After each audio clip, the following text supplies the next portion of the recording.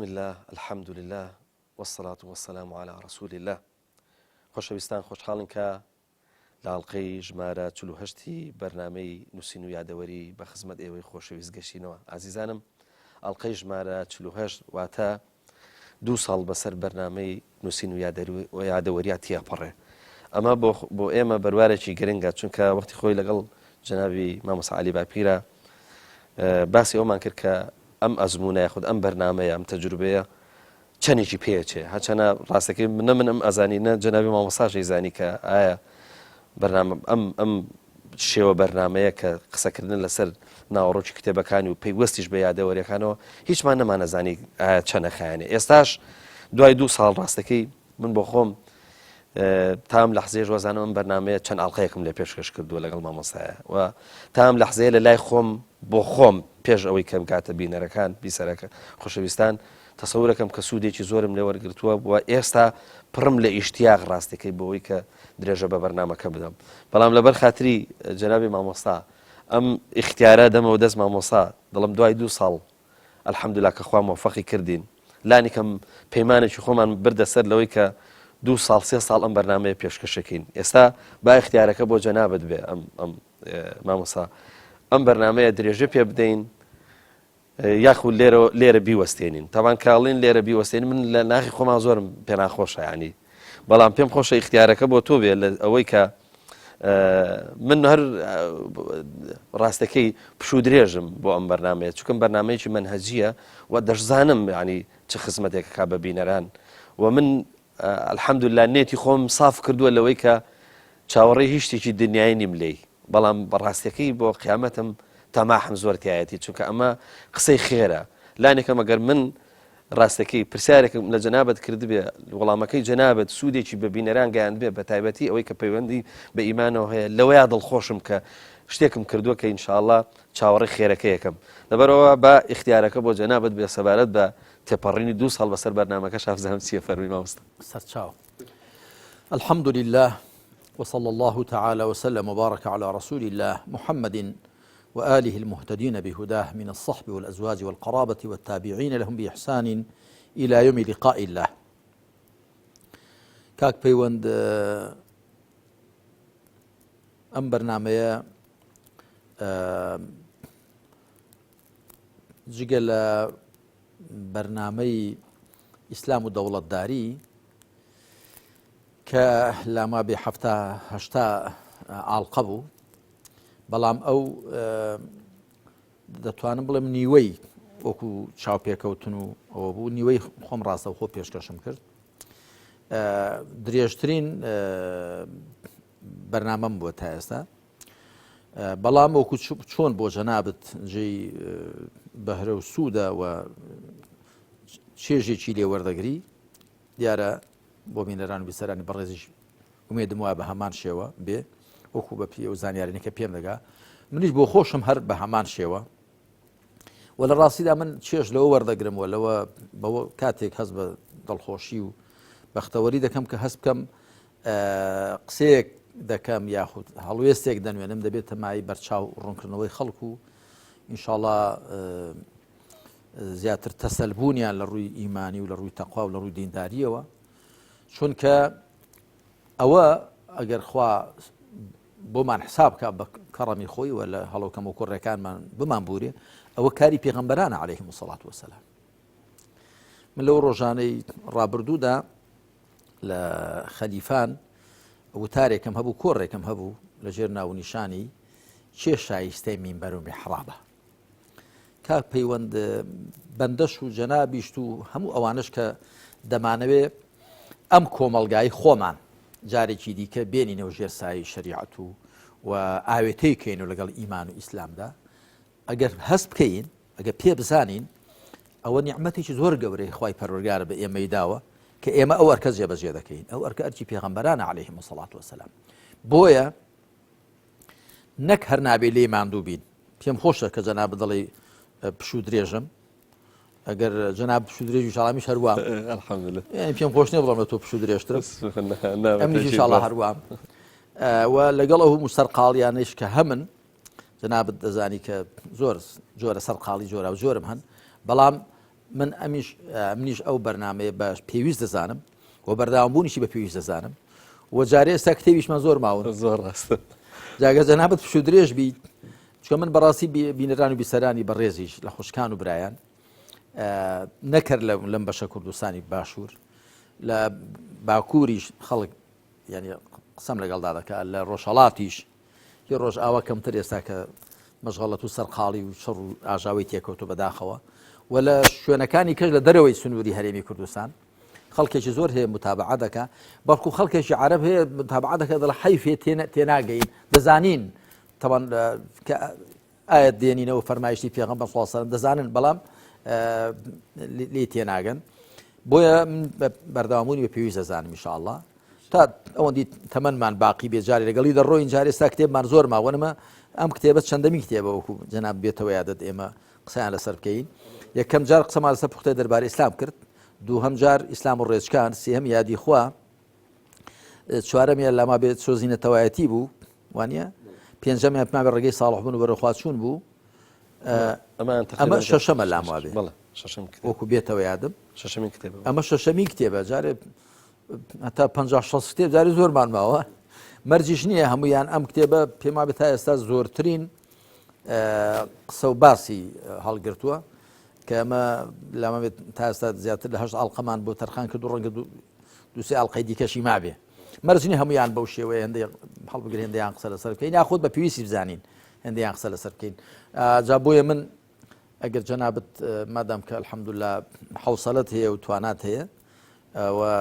لای منیشەوە هەر هەمان ئیشتیاق و ئارەزوو هەیە لەبەرەوە کە هەز دەکەم خەڵک ئینشاءڵڵا کەم زۆر ئیسفادەی لێ ئینشاءڵڵا مامۆستا لە ئەڵقەی ڕابردووە شتێک سەرنجی ڕاکێشام ئەگەر بڵێم یەکەم جارە ئەیبیستم بە دروستی وایە ئەویش ئێمە هەمیشە ئەڵێن ئاەتە مەدەنیەکان یاخود بڵێن ئاەتە مەچیەکان ئاەتی مەچی ئاەتی مەدەنی بەس جەنابەت وتت قورئانی مەچی و قورئانی مەدەنی نازم ینی ئەو مەسەلەی قورئانی مەچی و مەدەنی هەر هەمان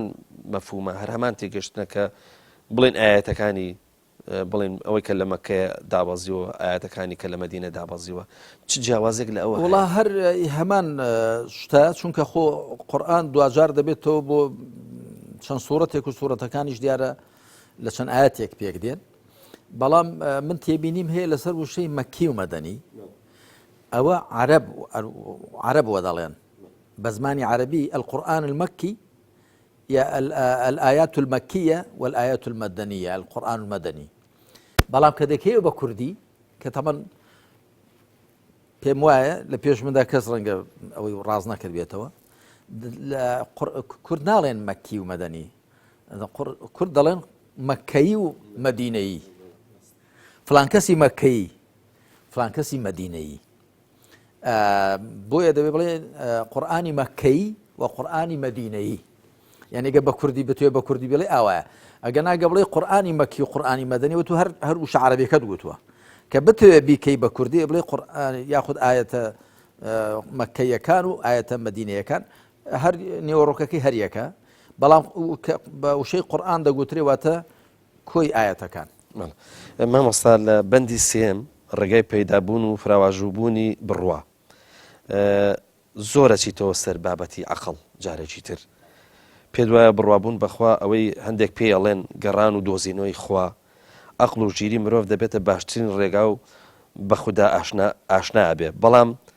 ناتوانێت بەم ژیری یاخود بەم هۆکارە پەیوەست بێ بەخواوە یاخود خوا بپەرستێ قسەکە لەسەر ئەمە چییە ئەمەی کە یعنی با بڵێن ڕۆڵی عەقڵ لە مەسائیلی خواناسیە واروەها پەیوەستبوون بەخواوە چییە و بۆچی تەنها مەسەلەن عەقڵ بەشی ئەوە ناکە کە ئینسان پەیوەست بێ بەخوای گەورەوە بەڵێ ڕاستە من لەو بارۆ هەندێک باسی قوڵ و فراوانم هێناوەنەوەکو بێتەوە یادم بە عەقڵ دەگونجێ پێی بەبوونی خوا ببەی سوبحانە وتەعالە و موجمەلێک بە سیفەتەکانی بە کارەکانی خوا سوبحانە وتەعالە بەڵام لەو سەرحەدە بەولاوە عەقڵ توانای نییە ناتوانێت چی دیکە ئەسپی خۆی تاودا چۆن ئێمە ئەو باسم بە فراوانی هەم لە مەوسوعەی ئیمان و ئیلحاددا کردووە کە پێی دەگوترێ ڕێگای شتزانین، ڕێگای پەیبردن بە شتان، ینی طریق المعرفة، هەم لە کتێبی ئیمان و عەقیدەی ئیسلامی لە بەرجی لە کتێبی دووەمدا. ئەوە کە ئینسان چۆن پێی بەشتان ببە. ئێمە 4 ڕێمان هەن یا 5 ڕێمان هەن دەتوانین بڵێن. ڕێی 5 هەستەکان، هەستی دیارە دیتن و بیستن و ئەمجا دەست لێکوتان و تام و بۆن 5 هەستەکان یان 5 هەستەوەرەکان الحەواس الخەمس.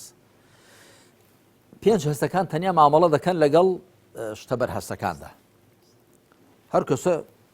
لەگەڵ بازاڕی خۆیدا دەتوانێت مامەڵە بکە. لە سەرووی ئەو شتانەوە کە بە 5 هەستەکان پەیان پێ دەبردرێ، 5 هەستەکان چی دیکە ناتوانە قسە بکەن. بەڵکو 5 هەستەکان هەر کامێکیشیان لە مەودای خۆی بەولاوە ناتوانێت قسە بکە. ینی بۆ وێنە ئەوانەی کە زگماک کوێرن نازان ڕەنگەکان چۆنن. تو 100 ساڵ بڵێ ڕەنگی زەرد وایە و سوور وایە بۆر وایە مۆر وایە تێی ناگا. ئەوەی کە لە زگماک کوێر بوو بێ، ئەوەی کە زگماک مەسەن کەڕ بوو بێ، کە تەمان ئەوەی کەڕ بێ لاڵیشە، چونکە هیچ دەنگێکی نەچۆتە نێوجوێ، هیچ پیتێک نازانێ، هیچ دەنجێک نازانێ. واتە هەستەکانیش هەر کامێکیان تەنیا لە مەودای خۆیدا دەتوانێت قسە بکە، لە مەودای دیکەندا ناتوانێت قسە بکە. لە دوای هەستەکانەوە جا عەقڵ هەیە. 5 هەستەکان بە زانیاریمان بۆ کۆ دەکەنەوە دەربارەی شتەکان، دەربارەی شتە بەرهەستەکان. لە دوای وان و عەقڵ دێت. عەقڵیش لە مەجالی معقولاتدا، واتە ئەوانەی کە دەگونجێ بچن نێو عەقڵەوە، عەقڵ دەرکیان بکە. بۆیە لە بواری 5 هەستەکاندا مامەڵە لەگەڵ خوا ناکرێت سوبحانەهو وتەعالە. خوای پەروەردگار مەحسوس نییە. بە چراو شەداوی 5 هەستەکان خوا دەستگیر نابێ. بەڵام خوا کە مەحسوس نییە، مەعقوڵە. بۆیە بە عەقڵ ئێمە پەی بەبوونی خوا دەبین. 5 هەستەکان چ دەورێک دەبین؟ زانیاریمان بۆ کۆ دەکەنەوە. کەرەسەی خاومان دەخەنە بەردەست، کەرەسەی خاو دەخەنە بەردەستی عەقڵ. بیندراوەکان، بیستراوەکان، بۆنکراوەکان، تامکراوەکان، دەست لێدراوەکان، یعنی المەرئیات والمەسموعات والمەشمومات والمەذوقات والمەلموسات، ئەوانە دەخەنە بەردەستی عەقڵ. عەقڵ وەکو کەرەسەیەکی خاو بەکاریان دێنێ. بەڵام خوا سوبحانەهو وتەعالە کە مەعقوڵە بە عەقڵ دەرێک دەکرێ، ئەویش دیسان ئەتۆ بەس بوونی خوا دەرێک دەکەی کە خوا سوبحانەهو وتەعالە زاتێکە، ئەو پەڕی زانیاری، ئەو پەڕی توانە، ئەو پەڕی دەسەڵات، ئەو پەڕی هەموو سیفەتێکی بەرز و چاک و جوانی هەیە. بۆ چکە کە تەماشای دروستکراوەکان دەکەین، ئەو پەڕی وردەکاری و ڕێکوپێکی و ئەوەیان تیا دەبین، کەواتە دەبێت ئەو زاتەی کە لە پشت ئەو دروستکراوانەوە خاوەنی ئەو پەڕی زانیاری و دەسەڵات و ئەو پەڕی حیکمەت و لێزانی و ئەوە بێ. بەڵام لە دوای ئەوەوە عەقڵ ئەوجا دەڵم لێرە ئیشی من کۆتایی هات، بەس ئەوەندە دەزان ئەو زاتەوایە. بۆ مامەڵەکردن لەگەڵ ئەو زاتە ئەمجا دڵ دێتە پێشێ. دڵ یان فیتڕەت، زگماک، ئەوجا پەیوەندی دەرونی لەگەڵ خوادا، پەیوەندی بەستن لەگەڵ خوادا، خۆشویستنی، سام لێکردنی، بەندایەتی بۆکردنی، بە مەزنگرتنی، پشت پێبەستنی، ئەوە ئیشی دڵە. بەڵام دیسان دڵیش هەر ئەوەندە کە دەتوانێت پەیوەندی، بەڵام ئەو پەیوەندی ئەو چارچێوێ چۆن بێ، ئەو خۆشویستنە چۆن بێ، ئەو بەندایەتیە، ئەو مل بۆ کەچکردنە، ئەو پشت پێبەستنە، ئەمجا وەحی تەداخل دەکا. وەحیش جا ئەوجا دەستی عەقڵ و دڵیش دەگەرە، دەڵێ وەرن ئەوجا نۆرەی منە. وەحی یعنی زانیاری خوا. خوا سوبحانەهو وتەعالە بۆ خۆی دەزانێت دەبێت چۆنی مامەڵە لەگەڵدا بکرێت. کەواتە ئاوایە ئێمە 5 هەستەکان عەقڵ، دڵ، وەحی. لێرەدا لاما بگوتومە باشترین ڕێی خواناسین ئەوەیە کە بەو شێوە دەست پێ دەکات. ئەڵبەتە لێ باسی 5 هەستەکانم نەکردووە، یەکسەر عەقڵ و دڵ و وەحی. بەڵێ مامۆستا لە ئاەتی 190 تا 191 سوورەتی ئالی عیمران کە جەنابە لە کتێبەکە هێناوتە سەبارەت بە فراواژووبوون و گەشەی ئیمان، یەکەم باسی خاوەن عەقڵەکان دەکات، لە ئاەتی دووەمیشدا خاوەن دڵەکان. بۆ سەیرەکەی بۆ هەر یەکە لە عەقڵ و دڵ ئیمان جێکەوتەی خۆی هەیە مامۆستا تا لە کۆتاییدا بابا ئیماندار دەبێتە خاوەنی عەقڵێکی مەزن و دڵێکی بێدار باشە با بپرسین پەیوەندی نێوان عەقڵ و دڵ چۆنە یان چۆن پەیوەندی بەیەکەوەکەن بۆ پرۆسەی تەواوکردنی ئیمانێکی ڕاست و دروست اگر تماشا آياتك بكين خواهي فرقار آوادا فرمي إن في خلق السماوات والأرض واختلاف الليل والنهار لآيات لأولي الألباب الذين يذكرون الله قياما وقعودا وعلى جنوبهم ويتفكرون في خلق السماوات والأرض ربنا ما خلقت هذا باطلا سبحانك فقنا عذاب النار أمدوا آياتك كان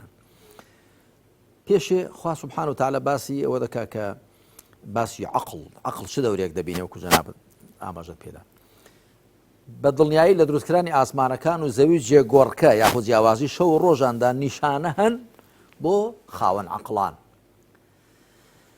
بەڵام چ خاوەن عەقڵانێک ئاسمانەکان و زەوی و جیاوازی و جێگۆڕکەی شەو و ڕۆژان و دیاردە سروشتیەکان دەکەنە پەیژەیە کە پێیدا سەرکەون بۆ خواناسی الذين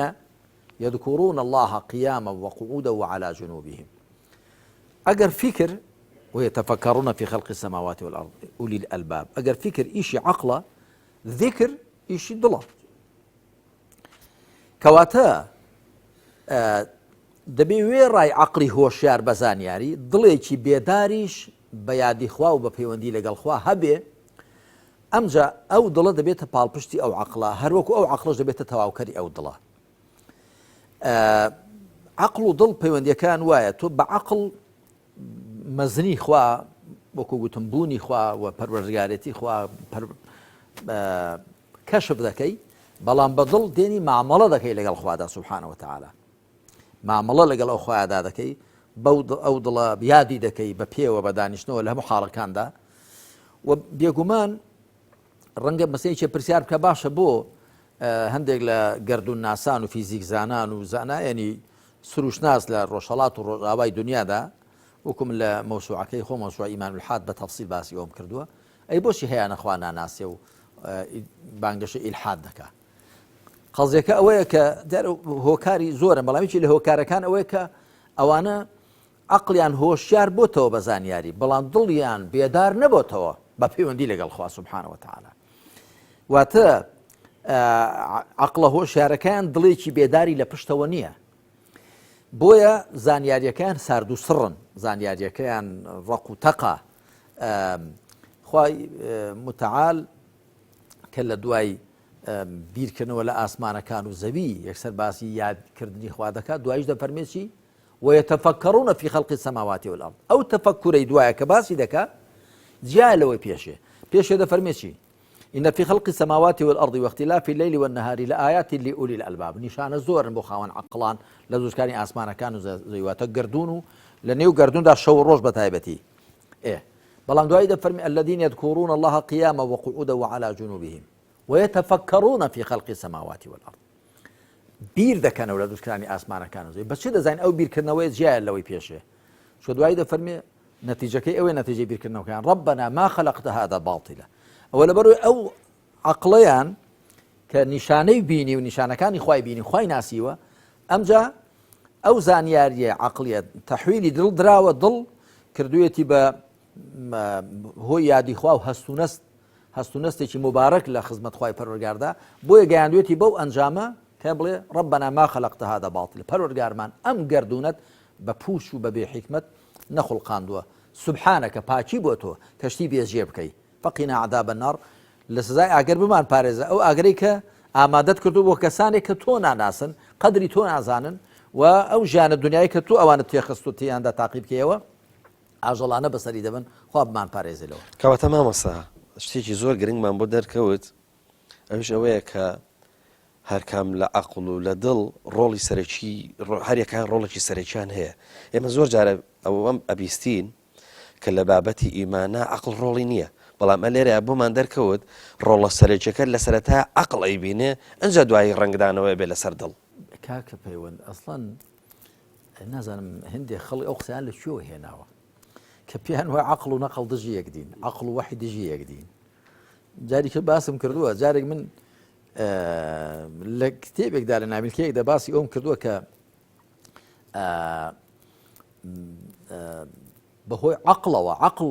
بناغەی دینداری موسڵمانەتیە چونکە بۆ علەما زانانی ئوسولی فقه دەڵێن العەقل مناط التەکلیف مناط یعنی پێ هەڵواسراو واتە ئەرکداری هەڵواسراو بە عەقڵەوە ئەوەی عەقڵی نەبێ ئەگەر منداڵ مکەلەف نییە ئەرکدار نییە شێت ئەرکدار نییە کەسێک کە بێهۆشە لەو کاتەدا ئەرکی شەرعی لەسەردا دەچێت کەسێک کە عەقڵ لەدەستدەدا بە هەر هۆیەکەوە بێ لەو کاتەدا ئەرکی شەرعی لەسەر لا دەچێت رفع القلم عن ثلاثة عن الصبي حتى يحتلم وعن المجنون حتى يفيق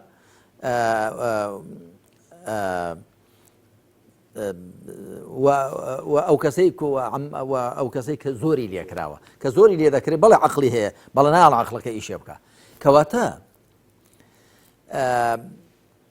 عقل بناغي ديندارية نك هربو اخواناسي هر اصلا اويك عقلكي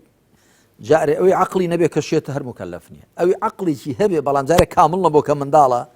بيش بالغ بون جاري ارقدار نكراوه بابو دايشي لسر يعني بيوسك او منداله اموش جاري بكن بلام خوي جاري تكليف شرعي روي تيناكا بويا يعني ببيش شواني او ك لكاردانو معتزله دا هەندێک بە ناوی شوێنکەوتنی سەلەفی ساڵح بە تایبەتی لە ڕۆژگاری ئێستادا یا بە ناوی ئەوەی کە وەڵا ڕێز لە قورئان و سونەت دەگرین دوای پێشینی چاک دەکەوین وەکو بڵێ قورئان و سونەت دوژی عەقڵ بن عەقڵ و فیکر و فیقه و تەدەبر لە قورئاندا بەلای کەم و لە 50 ئاەتدا باس کراوە و ئەسڵان خوا سوبحانه وتعالى دەفەرمێ ئەم قورئانەمان بۆ خاوەن عەقڵان ناردووە لقەوم یعقیلون ئەوەی عەقڵی نەبێ قدر قرآن نازاني قدر زير لا يزير رنقره وببي عقل وكو قلتم اصلا انسان اركدار نابه وباشان او نقله او وحيه كداده بزيه بعقل بلي تيبقى وعقل بي كاري بيبقى من لا لموسوعي بكنوي اسلامي لنيوان وحي واقع دا لكتابي بينجم دا باسي بيوندي نيوان عقل ونقل ياخذ عقل وحي كردوه لێدا بە تەفسیل کە عەقڵ بۆچی پێویستە ئەساسی خواناسی عەقڵە جارێ ئەسڵان ئێمە چۆن دەزانین کە چۆن خوا بناسین پێشێ بە عەقڵ دەبێ بناسرێ پاشان ئەی باشە چۆن بزانین ئەم نەقڵە کە پێمان دەگا ئەوە فەرمایشتی خوایە وەحی خوایە هەر بە عەقڵ دەبێ بزاندرێ ئەتۆ جارێ بە عەقڵ دەبێ بزانی ئەو کەسە کە دەڵێ من پێغەمبەری خوام بە عەقڵ دەبێ کەشفی کە پێغەمبەرە خۆ ناکرێن نەقڵ بۆ خۆی بکرێتەوە بەڵگە لەسەر خۆی وەکو جارێک کرد باسم کرد و جارێک مامۆستایەک مناقەشەی لەگەڵ کابرایەکی مولحید وتی مامۆستا بەڵگەت چییە لەسەر بوونی خوایە گوتبی چۆن قل هو الله ئەحەد گوتبی ئاخر ئەوە تۆ دەڵێ چی دەڵێ چۆن خوا دەفەرمی خوا بڵێ خوا تاکە تی ئاخر ئەوە من بڕوان بۆ خوانێ کە وای فەرموو بێ ئەتۆ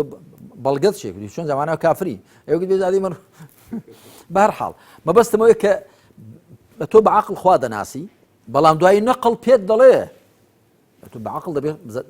دەرچی خوا بکەی بەڵام دوای نەقڵ دێ دەستت دەگرێ وەرە خوا ئەوە سیفەتێتی ئەوە ناویەتی ئەوە حاڵیەتی ئەوە شەئنیەتی دەبێ ئەوە مامەڵێ لەگەڵدا بکەی نەقڵ ئەوەت پێ دەڵێ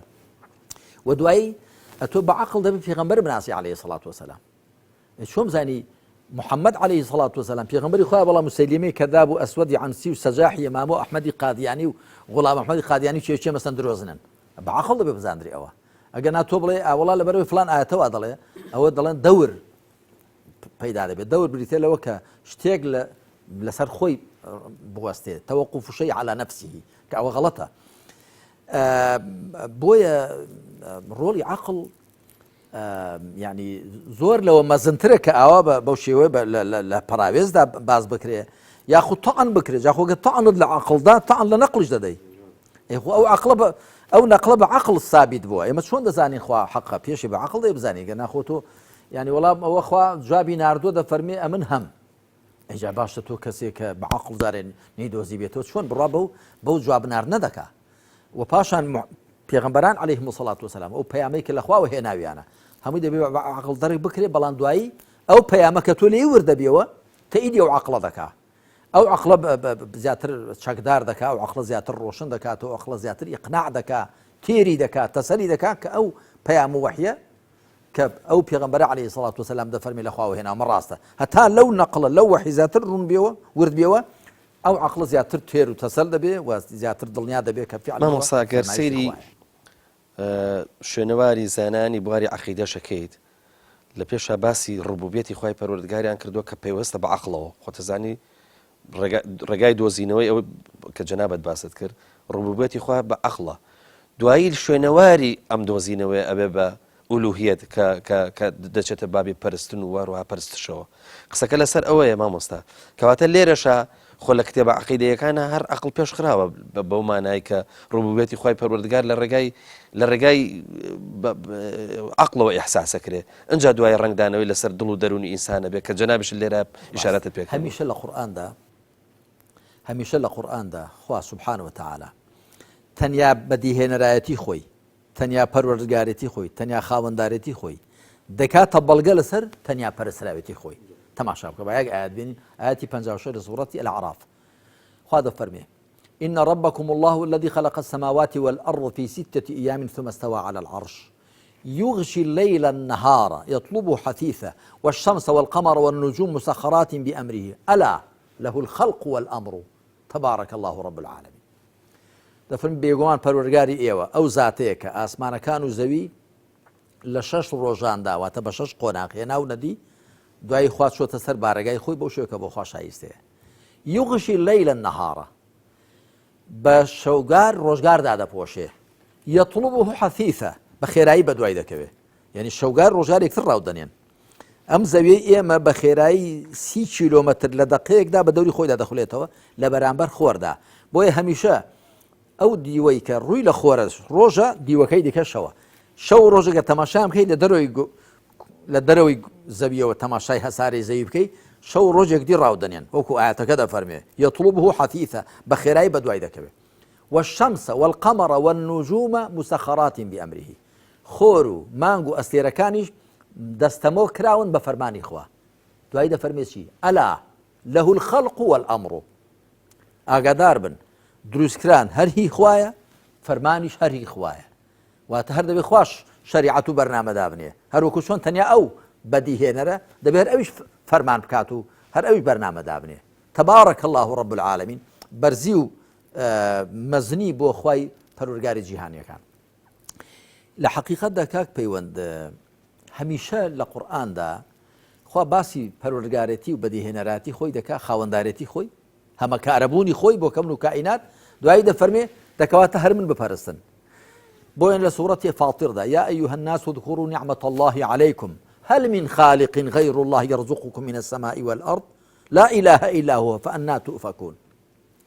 ئەی خەڵکی نەیادی چاکەی خوا بخەنەوە بەسەر خۆتانەوە ئایا جگە لە خوا بەدیهێنەرێکی دیکە لە ئاسمان و زەوی واتە لەسەر و خوارەوە بژیوتان بۆ دەڕەخسێنێ بێجگە لەو هیچ پەرستراونین بۆ کوێ دەچن واتە بۆچی جگە لەو دەپەرستن مادام هەر خوا هەمەکارەی کەون و کائیناتە خاوەنی هەموو نیعمەتەکانە کەواتە دەبێت هەر بەندایەتیش هەر بۆ ئەو بکەن جاوی جەنابەت گوتت فعلا ناسینی خوا زیاتر کاری عەقڵە بەڵام مامەڵە لەگەڵ خوا ئەبجە دوای زیاتر کاری دڵە عەقڵ مامەڵە دەکا لەگەڵ دروستکراوەکاندا بەڵام دڵ مامەڵە دەکا لەگەڵ بەدیهێنەردا سوبحانەوە وتەعالە کەواتە دەتوانین بە تعبیرێک بڵێین عەقڵ ناچارمان دەکات دان بە بەدیهێنەراتی و پەروەردگارێتی خوادا بێنین و دڵیش وادارمان دەکا کە مامەڵەیەک بکەین لەگەڵ ئەو بەدیهێنەر و پەروەردگارە کە شایستەیەتی ئەوی ژەوەی کە ئەو پەڕی خۆشویستن و لێترسان و سام و هەیبەت و پشتێ بەستن و بلکەسیمان تەنیا بۆ ئەو بێ کە ئەوش معنای پەرستنە مامۆستا سەبارەت بە عەقڵ و دڵ کە دەبنە مای ناسین و درەوشانەی خوای پەروەردگار لە ناخی مرۆڤدا هەم عەقڵ و دوایش دڵی ئینسان ئەوانش درم و نەخۆشی تایبەت بە خۆیان هەیە جەنابەت نمونەیەکی جوانە تێناوەتەوە سەبارەت بە هەڵبەت ئەوان زۆرتر ڕووی ڕەنگە هەم لە عەقڵ بێ هەم لە دڵی ئینسانیش بێ ئەوش ئەوەیە سەبارەت ئیشارەت بە ئاوێناکەیت ئاوێناگەر ڕووەکەی پاک و ینی بێڕەتوش نەبێ ینی پاک نەبێ توانێت درەوشانەوەی یاخود با بڵێن عکسکردنەوەی مەسەلەن تیشکی وەکو پێویست نییە بۆیە لێرەشا باسی ئەوەکەی کە ڕاستە عەقڵ و دڵ هەردووچیان مای ئەوەن کە هەم خوای پەروەردگار ئەناسن و دوایی پەرستش خوای پەروەردگاری شەکەن بەڵام ئەوانیش بێ کێشە نین بێ نەخۆشی و بێدرم نین ئەگە بینە سەر ئەمە چکەمە بابەتێکی گرنگە لەو ساوە باسی گرنگی عقڵ و باسی دڵەکەین ئێستا پێویست بەوان بەوە هەیە کە بشزانین ئایا عقڵ و دڵ هەردووچیان بەشەکەن هەڵبەدەمە دوور لە وەحی دوور لە دەق قسەکە لەسەر ئەوەیە عقلی ئینسان ئەگەر نەخۆش بکەوێت یا مەسەلەن بە هەڵەدا بچێ دڵی ئینسان ئایا مەسەلەن بۆن من ئەگەر نەخۆش بکەوێت بە هەڵەدا بچێ چی لە مەوزوعەکە ئاگۆڕێت چی لە بابەتەکە ئاگۆڕێت بەڵێ وڵی باجارێ ئەو شعرەی مەحوی جاری کە شەر هێناومانەتەوە جارش بێنینەوە مەحوی شاعیرێکی عاریفی متەسەویف بووە خوا لێی خۆش بێ عەرەبی دەڵێ سەر کە هۆشێکی نەبێ زڕکە تاڵم بۆ چییە دڵ کە جۆشێکی نەبێ شوشەی بە تاڵم بۆ چییە لە ڕاستیە سەر دەبێ هۆشی تێدا بێ دڵ دەبێت جۆشی تێدا بێ ئەگەر نا سەرێک هۆشی تێدا نەبێ واتە خواناسی تێدا نەبێ حقیقەت لەگەڵ زڕکە تاڵی فەرقی چیە بەڵکو زڕکە تاڵەکە باشتریشە زڕکە تاڵەکە دوای پێدەگا دەبێتە کاڵک و دڵ کە جۆش و خرۆش و محەبەتی خوای تێدا نەبێ لەگەڵ شوشەی بەتاڵ فەرقی چیە بەڵکو شوشە بەتاڵەکە باشترە کاک پەیوەند بێگومان نە هەموو عەقڵێک ئەوەیە کە چاک کاری خۆی بکە نە هەموو دڵێک ئەوەیە کە چاک کاری خۆی بکە هەر ئەوەشە کە وا دەکات کە مرۆڤ بگونجێت تاقی بکرێتەوە ئێستا خۆ ئەو خەڵک کە لە ڕۆژهەڵات و ڕۆژ ئاوای دنیا لە مێژوودا و ئێستا و لە داهاتوودا ئەوانەی کە دێن خوا عەقڵ و دڵی بە هەمویان داوە بەڵام ئایا هەمویان ئەرکە ڕاستەقینەکە بە عەقڵیان و بە دڵیان ئەنجام دەدەن بە تەکید نەخێر ئەوەش ئەو توانایە کە بە مرۆڤ دراوە تەماشا بکە ئینسان دەتوانێت نکوڵی بکە لە شتی بەڵگەنەویست خوا ئەو توانایی داوەتی ئێستا تۆ یعنی جاری وهابە دوو کەس مناقەشەیان بۆ توێژیان بووە وەکوم لە کتێبی ئیسلام و ڕێژەکاندا ئاماژەم پێداوە کە دوو کەس ڕۆژێک تارمایەک لە دوور ڕادەبینن هیچیان دەڵێ داڵاشە خەرتەلە هیچیان دەڵێ بزنە تا نزیک دەبنەوە ئەگەری داڵاشبوونی زاڵدەی بەسەر ئەگەری بزنبوونیدا دوایی کە زۆر نزیک دەبنەوە شەقێ باڵان دەدا دەفڕێ کابرا دڵ کاکە نەبوو داڵاشە ئەوی دەشڵێ ئەوی دیکەش دەڵێ وڵای بشفڕێ هەر بزنە مرۆڤ دەتوانێت نکوڵی لە بەڵگەنەویستا بکە معناوە عەقڵی خۆی کار پێ نەکا یاخود ئەوەی کە عەقڵی بڕیار دەدا دەتوانێت کە تەسلیمی نەبێت زاخۆ تۆ بێنە سەر شتی دیکەی کردەیی باشە بابایەکی قومارچی کە قومار دەکات شەراب خۆرێک کە شەراب دەخوات داوێن پیسێک دزێک گەندەڵێک ستەمکارێک کە ستەم دەکات خۆ دەستە پێێنە بەسەر خەڵک میلەتێکدا ێ باشە نازانێ سەرنجامی هەموو خۆسە پێنەکان سەرنجامی مەشروب خۆرەکان قومارچیەکان زاڵبەکان دزەکان داوێن پیسەکان نازانێ دەرد و نەخۆشی و عیبداری و نەهباریە بە ئەی بۆ پند وەرناگرێت خوا ئەو توانای داوە بە ئینسان کە ینی حکمی عەقڵ ڕەت بکاتەوە حکمی نەقڵ ڕەت بکاتەوە بۆیە بە کەڵکی تاقیکردنەوە هاتووە ئەوە بەنسبەت عەقڵەوە بەنسبەت دڵیشەوە زۆر جار کەسێک بە دڵ دەزانێت کەسێک حەقە خۆشی دەوێت بە دڵ ینی خۆشی دەوێت بەڵام دەتوانێت بە قسەی دڵەکەی خۆی نەکا دەتوانێت بە قسەی دڵەکەی خۆی نەکا بۆ وێنە مشریکەکانی مەکە بە دڵ زانیویانە کە محەممەد عەلەیهی سەڵات وسەلام پیاوی چاکە چاکترین پیاوە زۆر ڕازگۆیە زۆر ئەمینە زۆر دڵسۆزە مناقەشەیان بووە یعنی ئەبوو جەهل لەگەڵ نەضری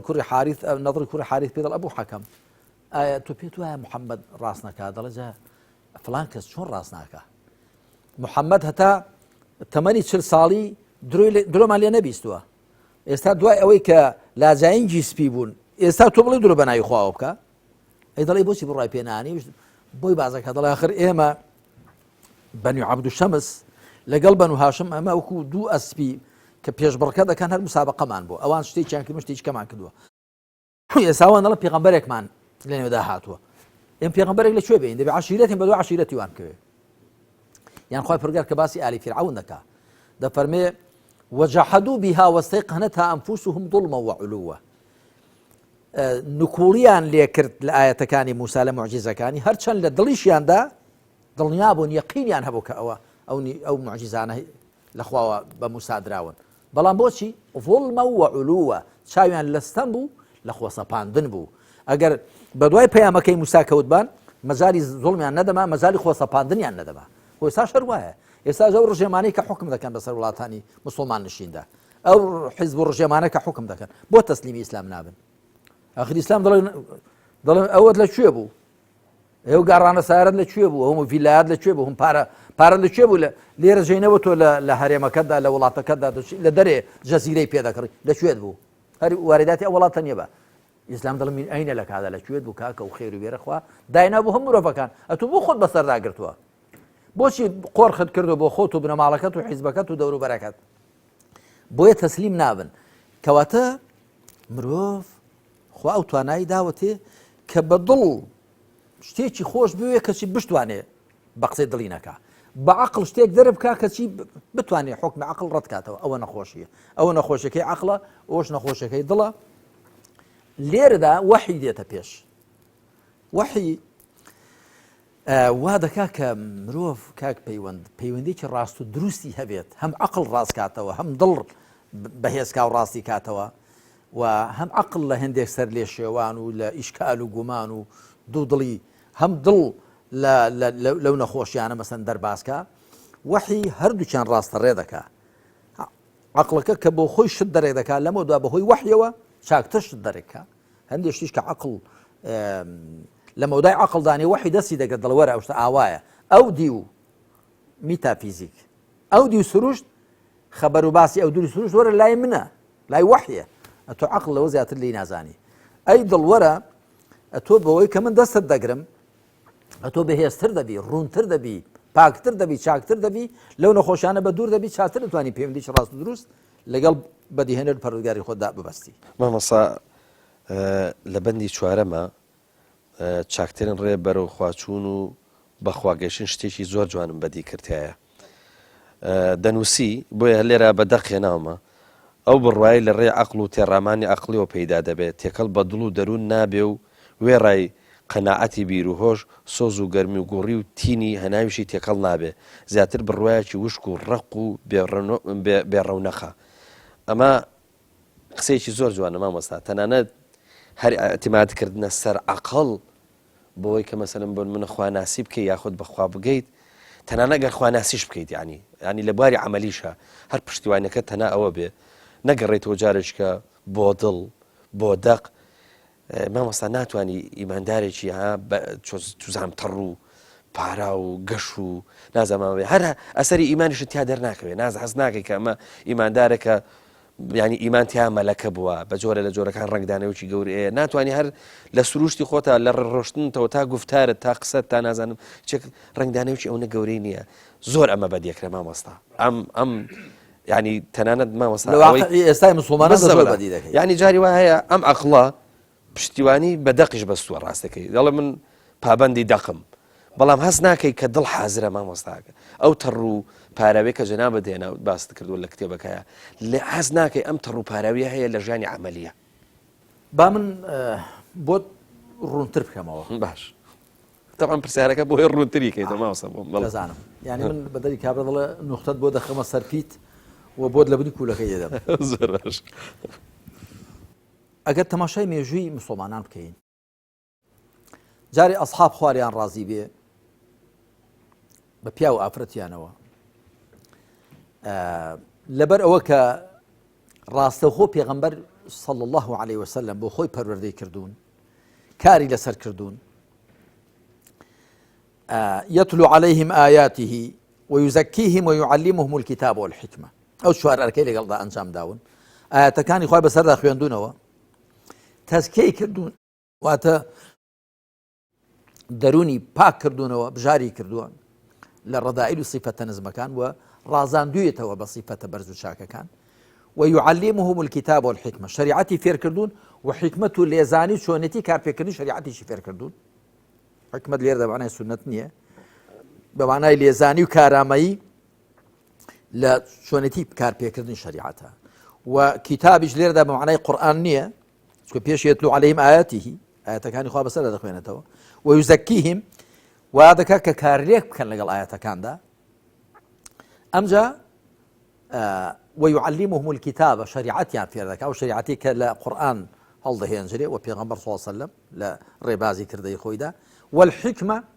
لێزانی و کارامەی لە کارپێکردنی ئەو حکمە شەرعیانە و یاسا شەرعیانە. لەبەرەوە کە ئەسحاب وا بوون خواریان ڕازی بێت تەماشا دەکەی هاوسەنگ بوون، هەم زانیاری شەرعیان هەبووە، هەم پابەندی، هەم عیلمیان هەبووە، هەم عەمەل، هەم لایەنی ڕوحانیەتی شەخصیان بە قووەت بووە، تەعەبودی شەخصی، تەزکیە و تەقوا، هەم لایەنی کۆمەڵایەتیان پەیوەندی کۆمەڵایەتیەکانیان ڕاست و دروست بوون. لە بوارێکی دیکە ئاوا باسی هاوڵان کراوە، کانوا ڕوهبانا باللەیلی فرسانا بالنەهار، ڕاهیبی شەوێ بوون، خواپەرستی شەوێ بوون، سوارچاکی ڕۆژێ بوون. ئەو حاڵەتی پێکۆ کۆکردنەوە لە هەموو لایەنەکان ئەوە لە بە جوانترین شێوە لە هاوڵاندا بەرجەستەیە. دوایی لە عەسری دوای ئەوان تابعین شوێنکەوتوانی وان ئەو حاڵەتە تا ڕادەیەک هەر بەڵام کاڵتر بووە. دوایی لە زیری سێمێشدا هەرما بەڵام کاڵتر بووە. لە دوایی تەماشا دەکەی ئەو جار ئەو حاڵەتانە دابەش کران. کۆمەڵێک کە پیان دەگوترا زوهات، دوایی ناوی تەسەوف و ئەویان بەسەردا بڕدرا، زیاتر لایەنی ڕوحیان وەرگرت. کۆمەڵێکی دیکە کە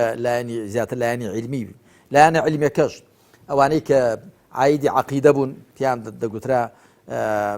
زانایانی ئوسولی دین یا زانانی علم الكلام، ئەوی دیکە لایەنی فیقهی ئەحکامی عەمەلی، و ئەوی دیکەش قوتابخانەی تەزکیەی نەفس و ئەوانە، واتە دابەش بوو. کاتێک تەماشای چوار خەلیفە ڕاشیدەکان دەکەی و تەماشای هاوڵان دەکەی بەگشتی خوالیان ڕازی بێ، تەماشا دەکەی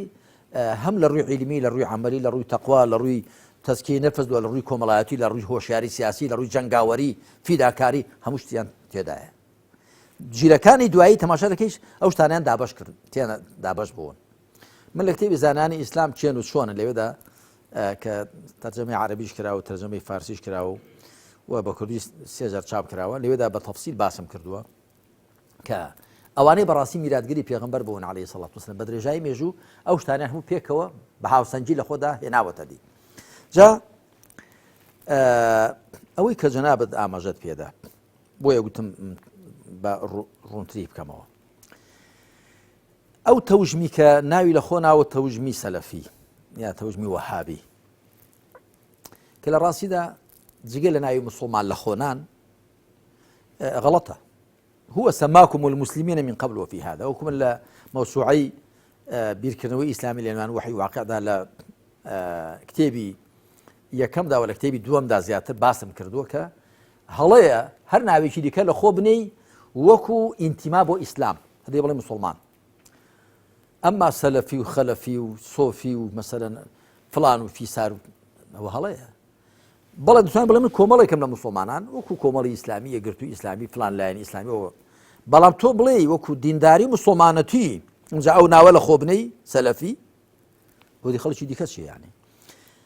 خوا یەک ناوی بڵێ ئێمە ناوە کە ئێمە هەمومان کۆ بکاتەوە کە بریتە لە مسلمانەتی. جا تەماشا بکە ئەو تەوژمی کە ناوی لە خۆ ناوە سەلەفی بەگشتی من قسە دەکەم، طبعا لە نێوانیشدا ئینسانی زۆر ئەهلی تەزکیە و تەقوا و کار لەسەر خۆکەر لەسەر دەرونی خۆکەر هەیە، بەڵام بەگشتی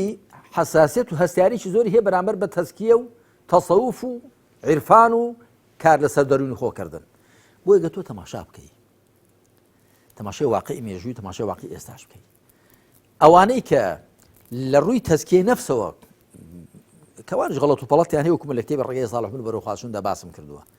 بەڵام ئەوانەی لەو ڕێوە ڕۆیشتون سەلامەتترن، خەڵک لە دەسوزمانیان سەلامەتترە، خۆیان سەلامەتترن لە خۆپەسەندی و خۆ بە زلگری و تەنیا خۆ بە مسڵمان لە قەڵەمدان و خەڵک بە کافردانان، وانە سەلامەتترن، یعنی خۆ دیارە، و سەرکەوتووتریشن لە دینداری شەخسیدا، و پارێزراوتریشن لە هەندێک غەڵەت و پەڵەت و لە کردران و فرۆشران و ئەوانە. بەگشتی من قسە دەکەم، دەنا لە نێوانیشدا خەڵکی لادەر و ئەوە هەیە، بەڵام بەگشتی ئەوان سەلامەتترن، بۆچکە ئیشان زۆر لەسەر خۆیان کردووە. ئەوەی کە جەنابەت دەڵێ ئەو دینداریە تایبەتیە، ئەو قوڵبوونەوەی قوڵکردنەوەی دینداری بە خۆدا لە ڕێی تەزکیەی نەفسەوە، ئەوە ئەساس و بناغەی دینداری ڕاست و دروستە. هەڵبەتە ئەوەش ئیلا لە ڕێی پابەندی بە قورئان و سونەتەوە دەبێ، ئیلا لە ڕێی پابەندی بە شەریعەتەوە دەبێ، بەڵام پابەندی بە شەریعەتەوە بە ئیدعا نابێ شوێنکەوتنی پێشینی چاک و شوێنکەوتنی قورئان و سونەت بە ئیدعا و بانگەشە و لافلێدان و خۆ پێ چاکبوون و خەڵک پێ خراپبوون نابێ بەکردەوە دەبێ وابی جا ئەمن پێم وایە ئەو هەستیاریەی لە نێوانی تەوژمی سەلەفی لەلایە و تەوژمی تەزکیە و تەسەوف لەلایەکی دیکە هەیە زەرەری زۆری داوە ئێستا لە واقعی ئێستاماندا چونکە زۆر جار تەوژمی تەزکیەی نەفس و تەسەوفیش خۆیان مەحڕوم کردووە بێبەش کردووە لەو کەلەپوری کە ئەو تەوژمە کە زۆر جەخت دەکات و لەسەر پابەندی بە قورئان و سونەت و دەقە شەرعیەکانەوە یا هەندێکیان جاری وایە کە تووشی زۆرێک لە ئینحراف و لادان بوون کە ئیکتیفایان کردووە بە هەست و نەستە دەرونیەکان و دیکر و فیکر و زۆر شارەزای قورئان و سونەت و شەریعەت نین لەو لاشەوە جاری وایە لەبەر هەستیاریان بەرامبەر بە تەزکیەی نەفس خۆیان مەحڕوم کردووە لەو بەحرەی لەو بەحرە پڕ گەوهەرەی کە ئەهلی تەزکیە و تەسەوف ئەوانەی پسپۆڕی ئەو بوارن وەکو ئەبوو حامید غەزالی ئەبوو قاسمی قوشەیری وەکو زانایانی دیکە ڕەزا و ڕەحمەتی خۆیان لێبێ کە پسپۆڕی ئەو بوارە بوون پسپۆڕی نەخۆشیە دەرونیەکان بوون بۆیە من ئێستا کە پەیوەند هەندێک کەس دەبینم نەکەر بڵێ ناوی سەلەفیان لەسەر هەندێک کەس بە ناوی بانکخواز و لەسەر مینبەر و میحراب و تەماشا دەکەم ئیدعای گەورە گەورەیان هەیە زۆر خۆپەسەندن تەکەببوریان هەیە ئێمە دەبێ مسلمانەتی و دینداری بکەین وەکو قورئان و سونەت دەڵێ و ڕێزیش بگرین لە کەلەپور و بەرهەمی زانایان هەر کامیشان لە بواری خۆیدا نەک بە باریکە ڕێیەکدا بڕۆین و تەنیا جۆرە کتێبێک بخوێنینەوە تەنیا جۆرە زانایەک ڕێز لێ بگرین ئەوەن دیکە پشتگوێ بخەین و کاتێک کە تەماشای قورئان و سونەتیش دەکەین وەکو چۆن باسی تەزکیەی نەفس دەکەن باسی تەقوا دەکەن باسی پابەندی بە قورئان و سونەت و شەریعەتەوە دەکەن باسی ئیمان و عەقیدەش دەکەن باسی کاری سیاسیش دەکەن باسی چالێکی کۆمەڵاتیەکانیش دەکەن دەبێ هەمووی پێکەوە بێنی ئەوەش کاتێک دەبێت کەمە یەکەم قورئان و سونەت بکەینە بناغە دوو هاوڵانی بە ڕێزی پێغەمبەر صلی الله علیه و سلم کە تەواوترین و چاکترین جیل بوون کە قورئان و سونەتیان لە خواندا بەرجەستە کردووە بە هەموو ڕەهەندەکانیانەوە سوپاس دەکەین مامۆستا سوپاس بۆ ڕوونکردنەوەکانی بەڕێزت ئەم بابەتە درێژەیە بێ ئینشاءالله بۆ ئەڵقەکانی داهاتوو بەڵام تر کاتی بەرنامەکەمان کۆتایی هات سوپاس دەکەین ماندوومان کردی سوپاس بۆ ناماندوو نابە میش سوپاس بۆ ئێوەش و میش دەستخۆشی لە جەنابەت دەکەمەوە لە ستافەکەشت و خوا بەلوتف و کەڕەمی خۆی یارمەتیماندا کە مسلمانێکی وابین لای خوا پەسەند بین بەخوا کاتێکیش مسلمانی وا دەبین لای خوا پەسەند بین کە موو بەموو بە دوای پێغمبەری خوا بکەوین عەلەیهی سەڵات وەسەلام و بەرنامەی پێغمبەری خوش قورئان بووە پاشان ڕێبازەکەی بووە کە ڕێبازەکەشی هەبریتی بووە لە بەرجەستەکردنی قورئان بە هەموو ڕەهەندەکانیەوە بەبێ لێبواردنی هیچ لایەنێکی خوا بەو جۆرە هیدایەتمامدا و بەو جۆرە تەوفیقمامدا کە پابەند بین بە ڕێوشوێنی پێغمبەری خوا عەلەیهی سەڵات اللهم ئامین بەڵێ خۆشەویستان بەم شێوەیە گەشتینە کۆتایی ئەڵقەی ژمارە 48 تاکو بێ گەشتنەوەیشی دیکە هەمووتان بەخوای گەورە ئاسپێرین خواتان لەگەڵ